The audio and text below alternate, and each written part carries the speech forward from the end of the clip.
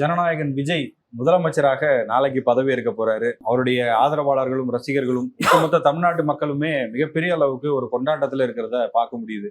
விஜயோட இந்த நாளுக்காக தான் அவருடைய அப்பா எஸ்.சி. சந்திரசேகர் வந்து பல வருஷமா காத்துட்டு இருக்காரு. விஜயினுடைய ஆதரவாளர்கள் எல்லாருமே ஒவ்வொரு முறையுமே இந்த மாதிரி விஜய் படம் வரும்போது கூட இப்படிதான் இருக்கும். ஒரு பிரச்சனையை தாண்டி தான் அவருடைய ஒவ்வொரு படங்களும் லாஸ்ட் 10 இயர்ஸ்ல நம்ம பார்க்கும்போது வந்திருக்கு.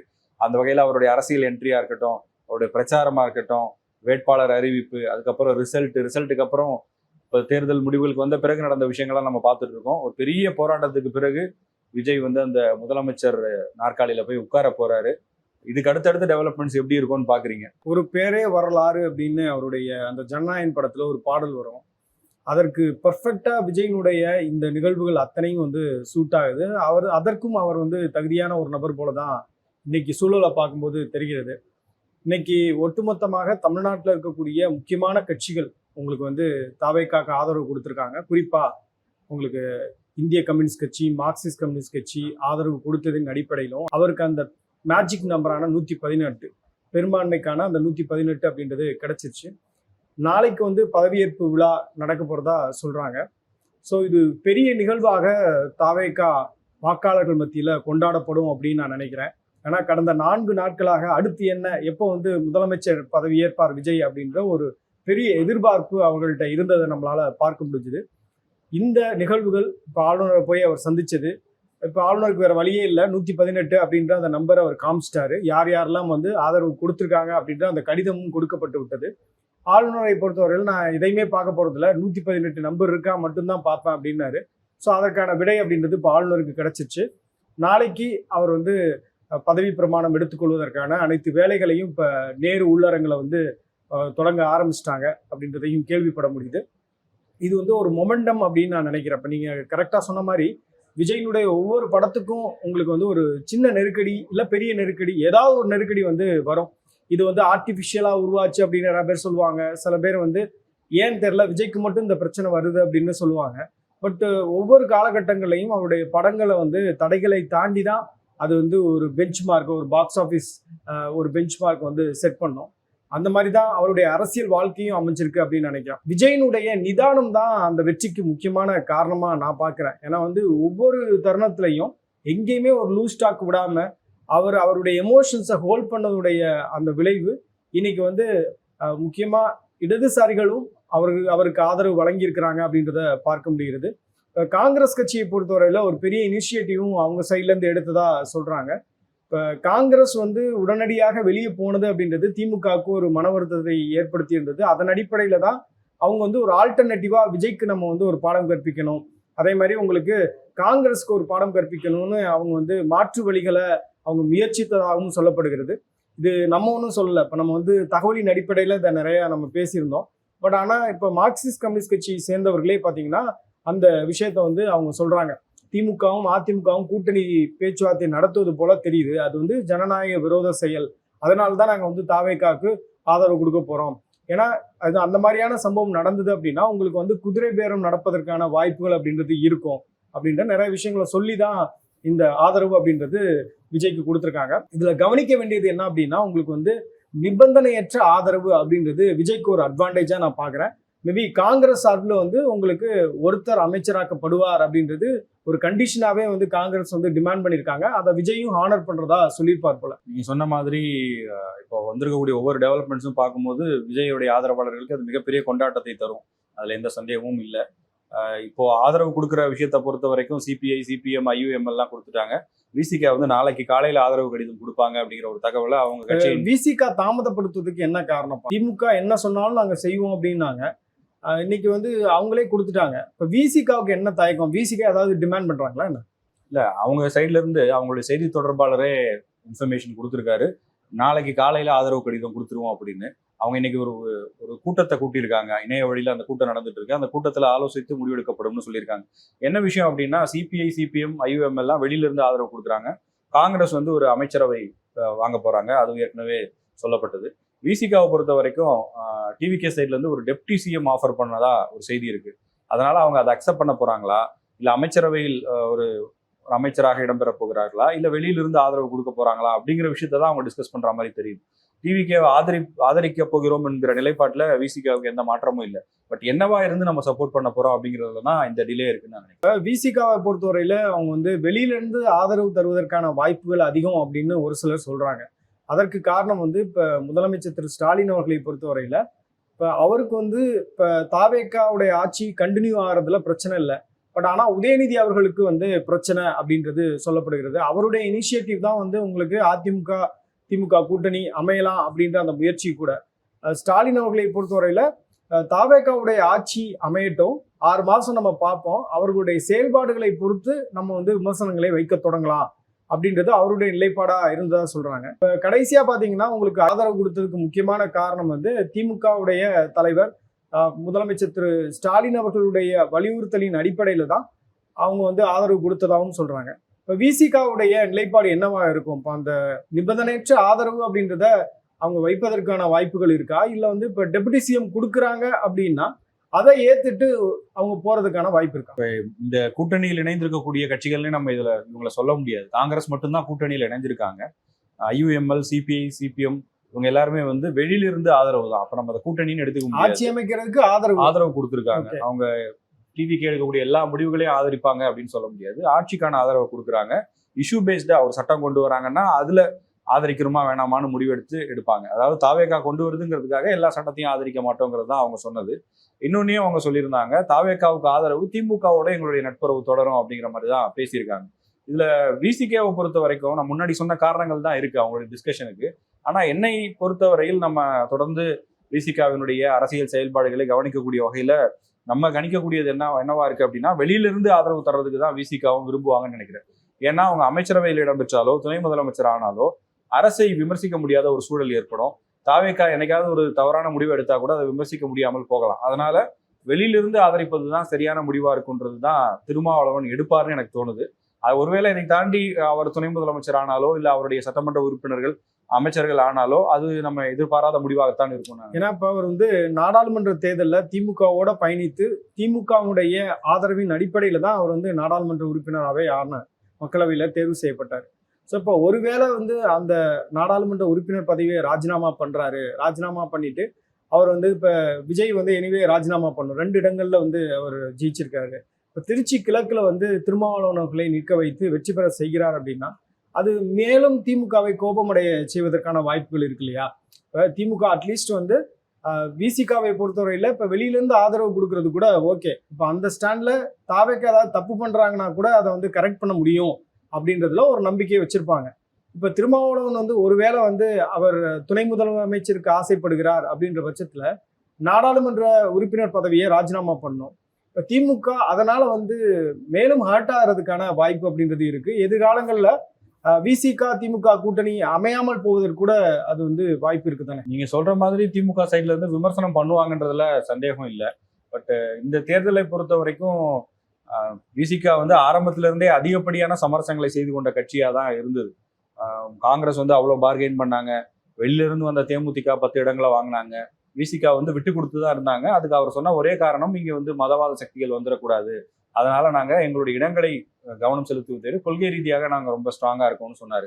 இப்போ இங்க டிவிகே சைட்ல வரும்போது ஒருவேளை அவருக்கு துணை முதலமைச்சர் பதவி ஆஃபர் பண்ணப்படுது, அவர் அதை ஏற்றுக்கொள்கிறார் அப்படின்னு சொல்லும் போது அவர் அங்க ராஜினாமா செய்தால் வழக்கமாக விமர்சனம் வைக்கக்கூடிய திமுகவினர் வைப்பாங்களே தவிர முதலமைச்சர் ஸ்டாலினுக்கு வந்து அதுல விமர்சனம் பண்றதுக்கு எதுவும் இருக்காது, பண்ணவும் மாட்டார்னு நினைக்கிறேன். ஏன்னா திருமாவளவன் மீது அவருக்கும் மரியாதை இருக்கு. 2 பேருமே ஒரு மியூச்சுவலான ரெஸ்பெக்ட் வச்சிருக்காங்க. இவர் துணை முதலமைச்சர் ஆகிறாரு அப்படிங்கிறத ஒருவேளை அவங்க விமர்சனம் பண்ணாங்கன்னா அது வேறு வகையாக அரசியல் ரீதியாக புரிந்து கொள்ளப்படுவதற்கான வாய்ப்பு இருக்கு. அந்த வகையில இப்ப இந்த முடிவை விஜய் எடுத்து அதை திருமாவளவனும் அவரும் கன்வின்ஸ் ஆகி அதை பண்றாங்க அப்படின்னு சொல்லும் போது அது மிகப்பெரிய அளவுக்கு டிவிகேக்கும் விசிகாவுக்கும் பெரிய பிளஸ்ஸா மாறும். திமுக வந்து அதுல அமைதி காப்பாங்கன்னு தான் நான் பாக்குறேன். இப்ப விஜய்க்கு வந்து அந்த மேஜிக் நம்பர் கிடைச்சிருச்சு. இப்ப விசிக தாமதப்படுத்துவதுல வேற ஏதாவது சிக்கல்கள் இருக்குமா அப்படின்ற ஒரு கேள்வி இருக்கு. இப்ப பாத்தீங்கன்னா இப்ப இந்திய கம்யூனிஸ்ட் கட்சி, மார்க்சிஸ்ட் கம்யூனிஸ்ட் கட்சி இவங்கெல்லாம் வந்து சொன்னது என்னன்னா, ஆளுநர் ஆட்சிக்கு அது வழிவகை செய்துவிடக்கூடாது என்பதற்காகத்தான் நாங்க வந்து தாவேகாவை ஆதரித்தோம். மக்கள் வந்து ஒரு மேண்டேட் கொடுத்துருக்காங்க. 108 அப்படின்றது அவங்களுக்கு ஒரு பெரிய நம்பர். அவங்க தான் சிங்கிள் லார்ஜஸ்ட் பார்ட்டி. இங்க வந்து ஜனநாயக விரோத செயல்கள் வந்து நடந்து விடக்கூடாது அப்படின்றதுல எங்களுக்கு முழு அக்கறை உண்டு, அதனால நாங்க ஆதரிக்கிறோம் அப்படின்னு அவங்க ரொம்ப வேகமா வந்து ஆதரிக்கிறாங்க. விசிகா தான் பொதுவா இந்த மாதிரியான விஷயங்கள்ல அவங்க தான் வந்து கொஞ்சம் ஆர்வம் காமிப்பாங்க. கம்யூனிஸ்ட் கட்சிகள் கூட விசிகா வந்ததுக்கு பிறகு அவங்க வந்து ஜாயின் பண்ணுவாங்களே தவிர விசிகா தான் ஃப்ரண்ட் ரன்னரா இருப்பாங்க. ஆனா இந்த விஷயத்துல வந்து ரொம்ப தயக்கம் காட்டுகிறது விசிகா அப்படின்றதையும் பார்க்க முடிகிறது. இதுல என்ன வேற எதுவும் சிக்கல் இருக்கா? கண்டிப்பா இருக்கு. என்னன்னா இப்ப விசிகா தவிர்த்து மற்ற கட்சிகளை எடுத்துக்கிட்டோம்னா அவங்களுடைய வாக்கு வங்கி இந்த தேர்தலில் எப்படி இருந்திருக்கிறது அப்படின்னு நம்ம பார்க்கறத விட விசிகாவுடைய வாக்கு வங்கி எவ்வளவு வலுவானதுன்னு தெரியும். கடந்த தேர்தல்களில் எந்த அளவுக்கு வெற்றியை விசிகா பெற்றதுன்னு நமக்கு தெரியும். அப்படி இருக்கும்போது இன்னைக்கு பொதுவான ஒரு பார்வை முன்வைக்கப்படுது. விசிகாவின் ஆதரவாளர்களாக இருந்த நிறைய வாக்காளர்கள் டிவிகேக்கு ஓட்டு போட்டிருக்காங்க. எல்லா கட்சிகளுக்கும் பாதிப்பு ஏற்பட்டிருக்கு விஜயால, இல்லைன்னு சொல்லல.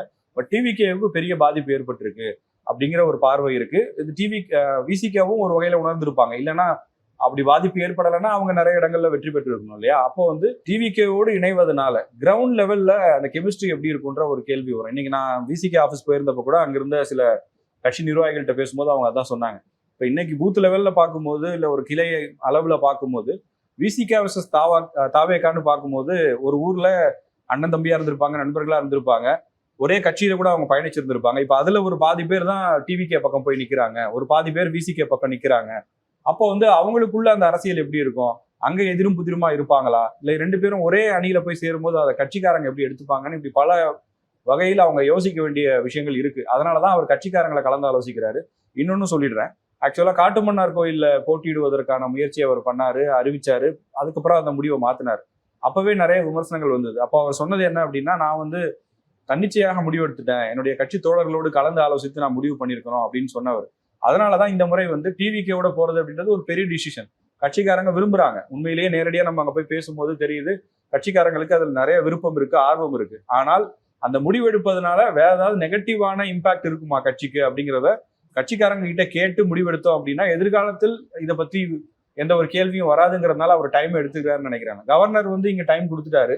இவர் வந்து கவர்னர் டைம் கொடுக்கறதுக்கு முன்னாடி ஒரு டைம் ஃபிக்ஸ் பண்ணி இவர் சொல்லிட்டாரு. ஸோ அதனால அதை ரஷ் பண்ணாம நம்ம முறைப்படி அறிவிப்போம். அவங்களுக்கு வந்து எனக்கு தெரிஞ்சு பர்சனலா வந்து உத்தரவாதம் கொடுத்துட்டாங்கன்னு நினைக்கிறேன். தாவேகாவினருக்கு வந்து விசிகே சைட்ல இருந்து நாங்க சப்போர்ட் பண்றோம்னு சொல்லியிருப்பாங்க. பட் அபிஷியலா அறிவிக்கிறதும் இல்ல ஒரு காமன் மினிமம் ப்ரோக்ராம் மாதிரி பண்ண வேண்டிய விஷயங்கள் எல்லாம் ஆலோசித்து நாளைக்கு திரும்ப அறிவிப்பாருன்னு நான் பார்க்கிறேன். இது மக்களுடைய மேண்டேட். எனக்கு தெரிஞ்சு இப்ப தாவேகா தான் ஆட்சிக்கு வரணும் அப்படின்றது மக்களுடைய விருப்பமாக இருந்திருக்கிறது. அதை தான் நம்ம இந்த கடந்த ஒரு 3 நாட்களாக நம்ம பார்க்கிறோம். சோசியல் மீடியால அதே நேரங்களில் வந்து குடும்பங்கள்ல நிறைய பேர் டிஸ்கஸ் பண்றது எல்லாமே பாத்தீங்கன்னா தாவேகாவுக்கு வந்து நம்பர்ஸ் அப்படின்றது இருக்கு. இந்த இடத்துல வந்து தாவேகாவை ஆட்சி அமைக்க விடாம தடுக்கக்கூடிய ஒவ்வொருத்தரையும் மக்கள் வந்து ஒரு எதிரான மனநிலையை தான் பார்த்தாங்க. அது இன்க்ளூடிங் திமுக, விசிகா, மார்க்சிஸ்ட், இந்திய கம்யூனிஸ்ட், இந்த மாதிரி பாஜக உள்ளிட்ட எல்லா கட்சிகளையுமே, அதிமுக உள்ளிட்ட எல்லா கட்சிகளையுமே வந்து ஏதோ ஒரு வகையில வந்து விஜய்க்கு குடைச்சல் கொடுக்குறாங்க, விஜய் வந்து ஆட்சி கட்டில அமர விடாம இவங்க எல்லாம் தடுக்கிறாங்க அப்படின்றத பார்த்தாங்க. பட் இந்த மேண்டேட் அப்படின்றது விஜய்க்கான மேண்டேட் தான்.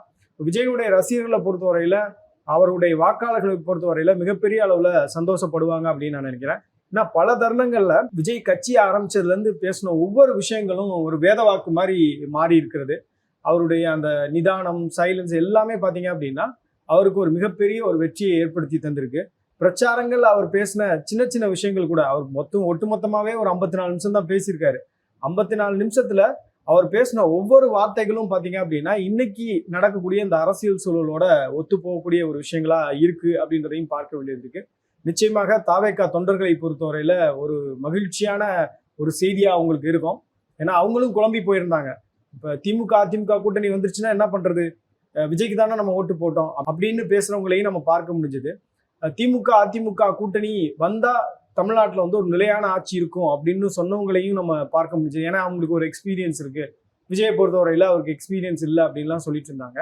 இப்போ விஜயினுடைய இந்த நிதானம் தான் இவ்வளவு பெரிய ஒரு வெற்றியை அவருக்கு ஏற்படுத்தி தந்திருக்கு அப்படின்னு நான் நினைக்கிறேன். எங்கே பேசணுமோ அங்கே பேசுறது, ஃபோக்கஸ்டா வந்து எதை சொல்லணுமோ அதை பேசுறது, சும்மா வந்து நிறைய விஷயங்கள்ல வந்து கருத்து சொல்லாம இருக்கிறது அப்படின்னு அவர் வந்து தன்னுடைய வீச்சு, அதாவது தன்னுடைய ரீச் என்ன அப்படின்றது அவருக்கு தெரிஞ்சிருக்கு. நம்ம ஒரு வார்த்தை சொல்றோம் அப்படின்னா எந்த அளவுக்கு மக்கள் கவனிப்பாங்க, அது என்னென்ன மாதிரியான விளைவுகளை வந்து ஏற்படுத்தும், அதை எப்படியெல்லாம் மக்கள் இன்டர்பிரேட் பண்ணுவாங்க அப்படின்ற அந்த இன்டெப்த் நாலேஜ் அப்படின்றது விஜய்க்கு இருந்திருக்கு. இன்னொரு விஷயம் சொல்லணும் அப்படின்னா மக்கள் வந்து விஜயை நம்பினதை விட விஜய் தன்னை அதிகமா நம்பினாரு அப்படின்னு நான் நினைக்கிறேன். அதுதான் வந்து விஜய்க்கு இன்னைக்கு கிடைத்த இந்த வெற்றிக்கு ஒரு முக்கியமான காரணம். ஏன்னா வந்து அவருடைய ஒவ்வொரு ஸ்பீச்லையும் கடைசியில பாத்தீங்க அப்படின்னா நல்லதே நடக்கும், வெற்றி நிச்சயம், அப்படின்னு அவர் பேசுனது அப்படின்றது ஒரு கான்ஃபிடென்ஸை, அவருக்குள்ள இருக்கக்கூடிய அந்த கான்ஃபிடென்ஸை தந்தது. அந்த கடைசி கேம்பெயின் வரையும் அதை அவர் மெயின்டைன் பண்ணார். ஸோ அது வந்து உண்மையாகவே இப்போ நடப்பது அப்படின்றது ஒரு ஆச்சரியத்தை தருகிறது அப்படின்னு நான் நினைக்கிறேன். நிச்சயமா. இப்போ விஜயோடைய அந்த ஆளுநரோட சந்திப்புக்கு பிறகு உடனே யாரெல்லாம் அவருக்கு ஆதரவு கொடுத்தாங்களோ அந்த கட்சி ஆஃபீஸுக்கு போய் சிபிஐ அண்ட் சிபிஎம் ஆஃபீஸ்க்கெல்லாம் போயிட்டு அந்த நிர்வாகிகளை தலைவர்களை சந்திச்சு மரியாதை நிமித்தமா வந்து அவங்களை தேங்க் பண்ணிட்டு வந்திருக்காரு. இதுதான் அவருடைய கேரக்டர். ஆக்சுவலா வந்து விஜயை பொறுத்த வரைக்கும் எல்லாரும் வரலன்னு கேட்டுட்டு இருந்தாங்க. முறைப்படி இன்வைட் பண்ணாங்க, அவங்களும் ஆதரவு கொடுத்த உடனே நேரா அந்த ஆளுநர் மாளிகையிலிருந்து வெளியே வந்ததும் ஸ்ட்ரைட்டா அவர் சிபிஐ ஆஃபீஸுக்கு தான் போறாரு. நல்லக்கண்ணு ஐயாவுக்கு மரியாதை செலுத்திட்டு அங்க போய் அவங்களுக்கு நன்றி சொல்லிட்டு உடனே சிபிஎம் ஆஃபீஸ் போனாரு. இப்போ அந்த அளவுக்கு அவர் வந்து கரெக்டா அந்த ஒரு முதலமைச்சர் ஆனாலும் ஒரு தலைவராக இருந்தாலும் எப்படி நம்ம வந்து ஒரு அரசியல் ரீதியான மாண்புகளை வந்து மெயின்டைன் பண்ணணும் அப்படிங்கிறதுல அவர் சரியா இருப்பாரு அப்படின்றத இந்த மாதிரி அணுகுமுறைகள் காமிக்குது. இது அப்படியே அவர் தொடரணும்ன்றதுதான் எல்லாருடைய எதிர்பார்ப்பாக. நம்ம விஜய் கட்சி ஆரம்பிச்சதுல இருந்து அவர் வாட்ச் பண்ணிட்டு இருக்கோம். அதுக்கு முன்னாடில இருந்தே நம்ம வந்து நிறைய வீடியோஸ் அவரை பத்தி எல்லாம் போட்டிருக்கோம். அவருடைய திரைப்படங்களை விமர்சனம் பண்ணியிருக்கோம். இந்த மாதிரி நிறைய விஷயங்கள் நம்ம பண்ணியிருக்கோம். அதாவது இன்ஃபேக்ட் வந்து அவர் அரசியல் கட்சி ஆரம்பிச்சு நிறைய விஷயங்கள்ல பாத்தீங்கன்னா நம்மளுடைய விமர்சனங்கள் அப்படின்றது ரொம்ப ஷார்ப்பா இருந்தது. நிறைய பேர் இந்த தம்ப்நெயிலை பார்த்துட்டு இவங்க ஏதோ விஜய்க்கு சப்போர்ட் பண்றாங்க அப்படின்னு நினைச்சிருப்பாங்க. நிறைய நேரங்கள்ல நம்ம வந்து விஜய் தொடர்பான விமர்சனங்களையும் ரொம்ப காட்டமாகவும் வைத்திருக்கோம். அதே மாதிரி நேர்மையான விஷயங்கள்லையும் நம்ம வந்து அவர் நல்லது பண்ணியிருந்தாரு அப்படின்னா அதை அப்ரிஷியேட் பண்ணியும் பேசியிருக்கோம். ஆரம்பம் முதலே அவருடைய கட்சியுடைய வளர்ச்சி, வீழ்ச்சி எல்லாத்தையுமே நம்ம பார்த்துட்டே வந்தோம். இன்னைக்கு அந்த கட்சி இன்னைக்கு ஆட்சி கட்டில அமருது அப்படின்றது உண்மையாகவே ஒரு ஜேர்னலிஸ்டா நமக்கே ஒரு வியப்பை தான் தருது. அதுவும் ஒரு 2.5 வருடங்கள்ல ஒரு கட்சி ஆரம்பித்து அந்த கட்சி ஆட்சிக்கு வர முடியும், அதுவும் திமுக அதிமுக போன்ற ஒரு ஜாம்பவான்கள் இருக்கக்கூடிய தமிழ்நாட்டில் ஒரு ரூட்டடா இருக்கக்கூடிய ஒரு கேடர் பேஸ் இருக்கக்கூடிய கட்சி 2 கட்சியும் அந்த கட்சிகளுக்கு மத்தியில ஒரு தேர்ட் ஃபோர்ஸா வந்து இன்னைக்கு அவர்களை எல்லாம் பின்னுக்கு தள்ளி 108 இடங்கள் சிங்கிள் லார்ஜஸ்ட் பார்ட்டியா வந்து விஜயால வர முடியுது அப்படின்றது உண்மையாகவே ஒரு பத்திரிகையாளரா எனக்கே வியப்பா தான் இருக்கு. கண்டிப்பா நீங்க சொன்ன மாதிரி நம்ம டே 1ல இருந்து ஃபாலோ பண்றோம் பொலிட்டிக்கல் பார்ட்டியா. அதுக்கு முன்னாடியே அவர் கட்சி ஆரம்பிக்க போறாரு அப்படிங்கிறதையும் நம்ம பல நேரங்கள்ல அந்த தகவல்களை வச்சு நிறைய டீட்டெயிலா அனலைஸ் பண்ணியிருக்கோம். எந்த இடத்துலையும் நம்ம வன்மத்தை கக்குனது கிடையாது. கடுமையான விமர்சனங்களை வச்சிருக்கோம். தனி மனித வெறுப்புகளையோ வன்மத்தையோ கக்குனது கிடையாது. அதே நேரத்துல அங்க ஒரு புது விஷயம் நடக்குது, நல்லா இருக்கு அப்படின்னா அதை பாராட்டவும் செஞ்சிருக்கோம். அப்படி அந்த 2 விஷயங்களையும் பேலன்ஸ்டா தான் நம்ம எப்பவுமே கொடுத்துட்டு வந்திருக்கோம். வீடியோ பாக்குற நிறைய பேருக்கு அது தெரியும். ஆனா ரொம்ப நாளா நம்மளை ஃபாலோ பண்றவங்களா இருக்காங்க. இப்ப நிறைய பேர் நம்ம வந்து திமுக பத்தி பேசும்போது நம்மள வந்து திமுக ஊப்பின்லாம் கமெண்ட் பண்ணுவாங்க. நிறைய நேரங்கள்ல நம்ம வந்து தாவேக்கா பத்தியும் பேசியிருக்கோம். தாவேக்காவுடைய நல்ல விஷயங்களை சுட்டி காமிச்சிருக்கோம். அதே மாதிரி தாவேக்கா மீதான விமர்சனங்கள், விஜய் மீதான விமர்சனங்களையும் நம்ம வந்து சரியான முறையில நம்ம அட்ரஸ் பண்ணியிருக்கோம். நீங்க சொன்ன மாதிரி யாரையும் டார்கெட் பண்ணி அவங்கள வந்து கிண்டல் செய்வதோ இல்ல கேலி செய்வதோ அந்த மாதிரி எந்த விமர்சனத்தையும் நம்ம வச்சது கிடையாது. நீங்க வீடியோ முழுமையா பார்த்திருப்பீங்க. உங்களுடைய கருத்துக்கள் என்ன அப்படிங்கிறத மறக்காம கமெண்ட் செக்ஷன்ல சொல்லுங்க.